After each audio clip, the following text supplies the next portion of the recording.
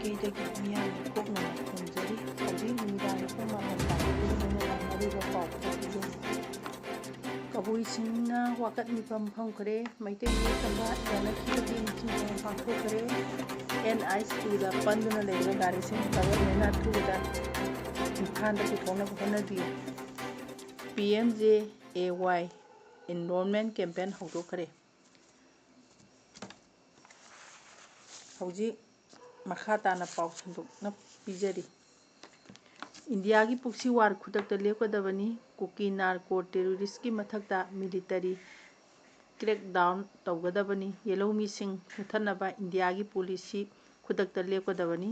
ꯃꯅꯤꯄꯨꯔ ꯒꯚꯔꯟꯃꯦꯟꯠꯅ ꯃꯤꯌꯥꯝꯒꯤ ꯋꯥꯍꯪ 8ꯀꯤ ꯄꯥꯎꯈꯨꯝ ꯄꯤꯒꯗꯕꯅꯤ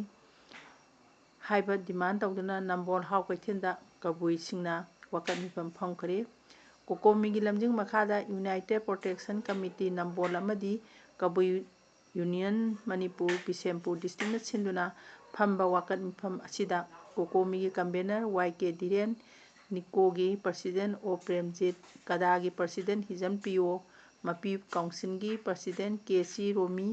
ꯑꯃꯗꯤ ꯑꯦꯗꯚꯣꯀꯦꯠ ꯖꯗꯨꯅ ꯀꯨꯝꯖꯥ 2016ꯒꯤ ꯃꯦ 3ꯗꯒꯤ ꯃꯅꯤꯄꯨꯔꯗ ꯊꯣꯛꯂꯤꯕ ꯀꯥꯡꯂꯨꯞꯀꯤ ꯏꯔꯥꯡ ꯑꯁꯤꯒꯤ ꯃꯔꯝꯗ ꯋꯥ ꯉꯥꯡꯈꯤ ꯀꯕꯨꯏ ꯌꯨꯅꯤꯌꯟ ꯃꯅꯤꯄꯨꯔ ꯕꯤꯁꯦꯝꯄꯨꯔ ꯗꯤꯁꯇ꯭ꯔꯤꯛꯀꯤ ꯆꯤꯌꯥꯔꯃꯦꯟ ꯒꯣꯡꯃꯩ ꯖꯤꯇꯦꯟ ꯀꯕꯨꯏꯅ ꯍꯥꯏ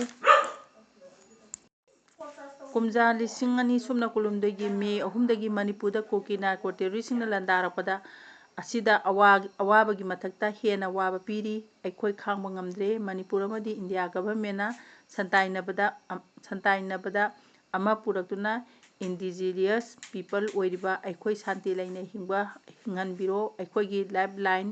ꯑꯣꯏꯔꯤꯕ ꯅꯦꯁꯅꯦꯜ ꯍꯥꯏꯋꯦ ꯑꯅꯤꯗ ꯅꯤꯡꯇꯝꯅ ꯆꯠꯄ ꯐꯪꯍꯟꯕꯤꯔꯣ ꯏꯟꯗꯤꯌꯥ ꯑꯃꯗꯤ ꯃꯅꯤꯄꯨꯔ ꯒꯚꯔꯟꯃꯦꯟꯠꯅ ꯂꯥꯜ ꯑꯁꯤ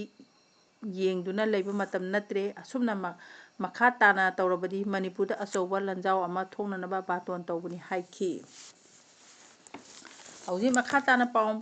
ꯄꯥꯎ ꯄꯥꯖꯔꯤ ꯀꯛꯆꯤꯡ ACꯒꯤ ꯃꯅꯨꯡꯗ ꯂꯩꯕ ꯑꯌꯨꯁꯃꯥꯟ ꯚꯥꯔꯠ ꯄ꯭ꯔꯙꯥꯟ ꯃꯟꯇ꯭ꯔꯤ ꯖꯟ ꯑꯔꯣꯒ꯭ꯌ ꯌꯣꯖꯅꯥꯒꯤ ꯕꯦꯅꯤꯐꯤꯁꯔꯤ ꯑꯣꯏꯕ ꯌꯥꯕꯒꯤ ꯂꯤꯁꯇ ꯌꯥꯎꯔꯕ ꯐꯦꯃꯤꯂꯤꯁꯤꯡꯒꯤ ꯆꯤꯐ ꯃꯤꯅꯤꯁꯇꯔꯒꯤ ꯍꯛꯁꯦꯜꯒꯤ ꯇꯦꯡꯕꯥꯡ ꯀꯥꯔꯗꯀꯤ PMJY ꯀꯥꯔꯗ ꯑꯣꯟꯊꯣꯛꯄ ꯑꯃꯗꯤ ꯅꯧꯅ PMJYꯒꯤ ꯃꯤꯡ ꯆꯟꯕꯒꯤ ꯀꯛꯆꯤꯡ ACꯒꯤ ꯇꯣꯉꯥꯟꯕ ꯃꯐꯝꯗ ꯅꯨꯃꯤꯠ 55ꯅꯤ ꯆꯠꯊꯒꯗꯕ PMJAY ꯏꯟꯔꯣꯜꯃꯦꯟꯠ ꯀꯦꯝꯄꯦꯟ ꯑꯃ ꯉꯔꯥꯡꯗꯒꯤ ꯀꯛꯆꯤꯡ ACꯒꯤ MLA ꯃꯌꯥꯡꯂꯝꯕꯝ ꯔꯥꯃꯦꯁꯣꯔꯅ ꯀꯛꯆꯤꯡ ꯃꯌꯥꯏ ꯂꯩꯀꯥꯏꯗ ꯂꯩꯕ ꯃꯜꯇꯤꯄꯔꯄꯔꯁ ꯀꯝꯃꯨꯅꯤꯇꯤ ꯍꯣꯜꯗ ꯍꯧꯗꯣꯛꯈ꯭ꯔꯦ ꯊꯧꯔꯝ ꯑꯗꯨꯗ MLA ꯔꯥꯃꯦꯁꯣꯔꯅ ꯍꯥꯏ ꯆꯍꯤ ꯑꯃꯗ ꯂꯨꯄꯥ ꯂꯥꯈ 5 ꯐꯥꯎꯕꯒꯤ ꯑꯅꯥ ꯂꯥꯌꯦꯡꯒꯤ ꯃꯇꯦꯡ ꯐꯪꯂꯤꯕ PMJAYꯒꯤ ꯀꯥꯔꯗ ꯑꯁꯤ ꯀꯛꯆꯤꯡ ACꯒꯤ ꯃꯅꯨꯡꯗ ꯂꯩꯕ ꯌꯨꯝꯊꯣꯡ ꯈꯨꯗꯤꯡ ꯄꯥꯏꯍꯧꯅꯅꯕ ꯆꯤꯐ ꯃꯤꯅꯤꯁꯇꯔꯒꯤ ꯂꯝꯖꯤꯡ ꯃꯈꯥꯗ PMJY ꯏꯟꯔꯣꯜꯃꯦꯟꯠ ꯀꯦꯝꯄꯦꯟ ꯑꯁꯤ ꯄꯥꯡꯊꯣꯛꯄꯅꯤ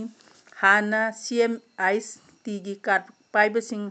ꯑꯁꯤ ꯃꯅꯤꯄꯨꯔꯒꯤ ꯑꯣꯏꯅꯁꯨ ꯈꯨꯗꯣꯡꯆꯥꯗꯕ ꯀꯌꯥ ꯂꯩꯔꯛꯄ ꯑꯗꯨꯒ ꯃꯅꯤꯄꯨꯔꯒꯤ ꯋꯥꯡꯃꯗꯁꯨ ꯃꯁꯤꯒꯤ ꯀꯥꯟꯅꯕ ꯐꯪꯗꯕꯅ ꯀꯦꯝꯄꯦꯟ ꯑꯁꯤꯒꯤ ꯃꯅꯨꯡꯗ PMJYꯒꯤ ꯀꯥꯔꯗ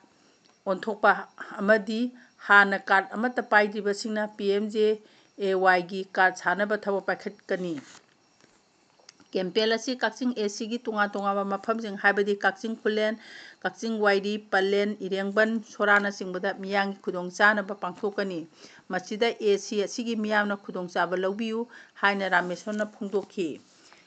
ꯀꯦꯝꯄꯦꯟ ꯑꯁꯤꯒꯤ ꯐꯦꯁꯤꯂꯤꯇꯦꯇꯔ ꯑꯣꯏꯔꯤꯕ ꯁꯔꯆꯟꯗ ꯊꯣꯛꯆꯣꯝꯅ ꯍꯥꯏ ꯄꯥꯡꯊꯣꯛꯀꯗꯧꯔꯤꯕ PMJYꯒꯤ ꯏꯟꯔꯣꯜꯃꯦꯟꯠ ꯀꯦꯝꯄꯦꯟ ꯑꯁꯤꯗ ꯀꯔꯤꯒꯨꯝꯕ ꯀꯥꯔꯗ ꯁꯥꯕ ꯅꯪꯍꯧꯗꯕ ꯌꯥꯎꯔꯕꯗꯤ ꯃꯤꯌꯥꯝꯒꯤ ꯑꯄꯥꯝꯕꯒꯤ ꯃꯇꯨꯡ ꯏꯟꯅ ꯅꯨꯃꯤꯠ 5ꯅꯤ ꯑꯃꯒꯁꯨ ꯀꯦꯝꯞ ꯑꯁꯤ ꯃꯈꯥ ꯆꯠꯊꯗꯨꯅ PMJY ꯀꯥꯔꯗ ꯄꯥꯏꯕ ꯌꯥꯔꯕ ꯀꯛꯆꯤꯡ ACꯒꯤ ꯏꯃꯨꯡ ꯈꯨꯗꯤꯡꯃꯛ ꯁꯣꯏꯗꯅ ꯀꯥꯔꯗ ꯁꯥꯒꯅꯤ ꯍꯥꯏꯈꯤ ꯊꯧꯔꯝ ꯑꯗꯨꯗ PMJY ꯀꯥꯔꯗ ꯁꯥꯕ ꯂꯣꯏꯔꯕ ꯕꯦꯅꯤꯐꯤꯁꯔꯤꯁꯤꯡꯗꯁꯨ MLA ꯔꯥꯃꯦꯁꯣꯔꯅ ꯀꯥꯔꯗꯁꯤꯡ ꯈꯨꯠꯁꯤꯟꯅꯈꯤ ꯍꯥꯏꯔꯤ ꯍꯧꯖꯤꯛ ꯃꯈꯥ ꯇꯥꯅ ꯄꯥꯎ ꯄꯥꯖꯔꯤ ꯅꯥꯒꯥ ꯑꯃꯗꯤ ꯀꯨꯀꯤꯒꯤ ꯏꯔꯥꯡꯅ Imphal Dimapur national highway number 2 blockade ꯇꯧꯈꯤꯕꯗꯒꯤ ꯃꯅꯤꯄꯨꯔꯗ ꯄꯨꯁꯤꯜꯂꯛꯀꯗꯕ ꯑꯂꯨ ꯑꯃꯗꯤ ꯇꯤꯜꯍꯧꯒꯤ ꯑꯋꯥꯠꯄ ꯀꯌꯥ ꯂꯩꯔꯛꯂꯤ ꯄꯟꯗꯨꯅ ꯂꯩꯔꯤꯕ ꯇ꯭ꯔꯛꯁꯤꯡ ꯑꯗꯨꯗ ꯌꯥꯎꯔꯤꯕ ꯑꯂꯨ ꯇꯤꯜꯍꯧꯁꯤꯡ ꯑꯗꯨ ꯑꯊꯨꯕ ꯃꯇꯝꯗ ꯏꯝꯐꯥꯜꯗ ꯄꯨꯔꯛꯍꯧꯗ꯭ꯔꯕꯗꯤ ꯊꯨꯅ ꯄꯠ ꯄꯨꯝꯂꯛꯄ ꯌꯥꯕꯒꯤ ꯐꯤꯚꯝꯗ ꯂꯩꯔꯦ ꯃꯔꯝ ꯑꯗꯨꯅ ꯒꯚꯔꯟꯃꯦꯟꯠꯅ ꯇ꯭ꯔꯛꯁꯤꯡ ꯑꯊꯨꯕꯗ ꯏꯝꯐꯥꯜ ꯇꯝꯅ ꯄꯨꯊꯣꯛꯅꯅꯕ ꯍꯣꯠꯅꯕꯤꯌꯨ ꯍꯥꯏꯅ Manipur consortium of Potato and Union Freshers and Tessers Thadorpa Zerona Pungdorli.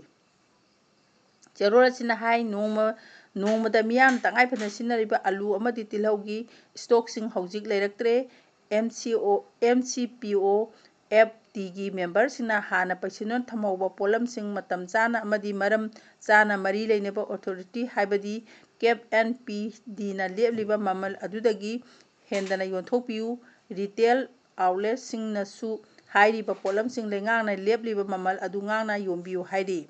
Manipurgi Oriba Kudong Sada Pirasing Asina Maram Oraga Matam Karadi Alu Amadi Tilhogi Awarpa Se Miana Mayona Kigani Hauji National Highway number 2 Imphal Dimapur the Panduna Lady Bagarising Manipur government Atubada Imphal the Putopira O Haina Zero Asina Makata Ragli Hauji Makatana Pau Pazari no Pok Sajimamda Mapan Subato sing Numi Pangto Kare Masi Me Train Panitokaba Numita Iramdam Manipur Giningtam Lalauda Lebang Miang the Matawaina Ponta Phmkhre UNLF United Nations Liberation Front amasung masigi lami kanglup MP Manipur People's Army gi athoba ningtam lami singi mafamda awangba thakta ikai khumnaduna ningsing minabagi thoram mapan chuba athoba singi numit Imphal East ki Nopok Sanjebang Community Honda pangthokare Laikhidraba athoba singi imung manungi mioi singna semba May 35 Observation Committee na sinduna pangthokiba athoba singi numit thoram aduda Editors Guild Manipurgi President Gogendra Khondram Amaju All Manipur Working Journalists Union gi President Asem Bhakta Kanglaipai Tourist Center Nopok Sanjemangi President Yumkhaibam Gerani Village Development Authority Nopok Sanjembangi Chairman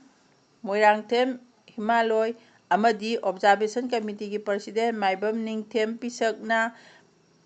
Presidium member oina saruk yaki ngasi gi single leba thorom adigi khwaidigi maru eba sarukta Manipur ningtam lalhauda thona phana leibak miyangi damakta thawaina ponta pikhraba UNLF amasung masigi lami kanglup MPA gi lekhidraba athauba ningtam lami singi mafamda imung manung mari mata amadi miyamna hekal tamduna awangba thakda ikai khumnaba utkhi loinana thoram adu tinkiba miyamna minute ani tumina leptuna awabasu phongdokhi thoram aduda pambaina luchingba UNLF Manipurgi Central Committee na thadokpa thoram asigi nungi waron puthokladuna Organizing Committee gi member S Ranjit na hai ngasigi numit ase UNLF na lisang sina lepa leitana changsilaliba ireibak iramdam Manipurgi ningtamba lalhau asida thauna phana leibak miyangi damakta thawaina pontha piduna athoba oekhraba UNLF amasung masigi lami kanglup MPA Manipur People's Army gi ningtam lami sing laiwoi khraba party asibu luching biramba amasung sauga piramba athoba punabagi mafamda yawongi khwaidigi wanglaba ikai khunaba usaba numit amani party sina numit asibu haukiba sahi lisingani sumna 35 dagi athoba singi numit haina lepa leitana sahi khudingi pangthokuna lagli loinana sahi asigi oirasu mapalak suba oina athoba singi numit ningsing thoram asi pangthokli senglaba numit asina lakpada UNLF lingkhapiramba nungsikhiba lucingbasing yeknabaga mayongnaba lamphamda thauna leina thawaina pontha pikhraba athoba ningtam lammising party gi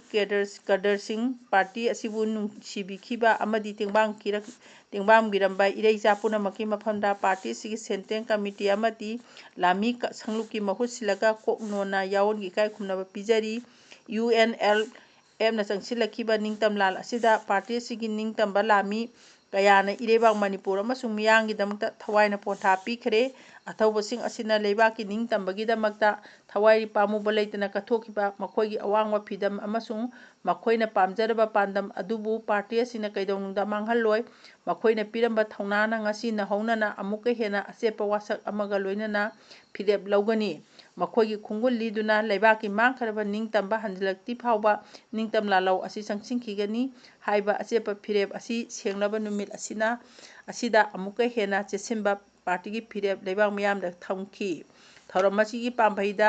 pambaina luchingba UNLF former General Secretary Chaumbam Thanin Nabachandrana hai ing 1974 hौनरुब नायदना Milkha पोंबगी नुंगनांगबा अमदी पेंदबना थल्लबा नाचिंग थोलक्तुना इरमदम Manipur की मांगखरबा निंगतंबा हंजनबा पांदमदा UNLF साफोंगलखिबनी ngasi फावबदा party सिना चाही हुंफु हेना लाल हौरगा लाली इरमदम असिगी निंगखा तंबा हंजनबा हौलिबा लाल असिदा party असिगी मियोय कया लेबाक मियांगी दमकता थवाई पामुबा लेतना थवाईना पोंथा पिखरे ngasi ase adugumba thawbasing adugi mafamda awangba thakta ikai khumnaminaduna makhoi bu ningsimminaba khwaidagi maru eba numit amani mahangna hai UNLF na lisang sitna ningtamba lalhau horakpada India na party asimu thapangamde UNLF nasu hektamak takthoktuna aikogi ningtamba lawbasu ngamde larasi loiba nairoidabana masigi waroisen ama wari sanaraga purangnaba wafam India na hawdoraki wari sanaduna masigi waroisen ama puraknaba honarbasu yengba changi adubu party gi lengdaba phirep ningtamba hanjenba haiba asida wari sanagani haiba asidi yana mayek sengna India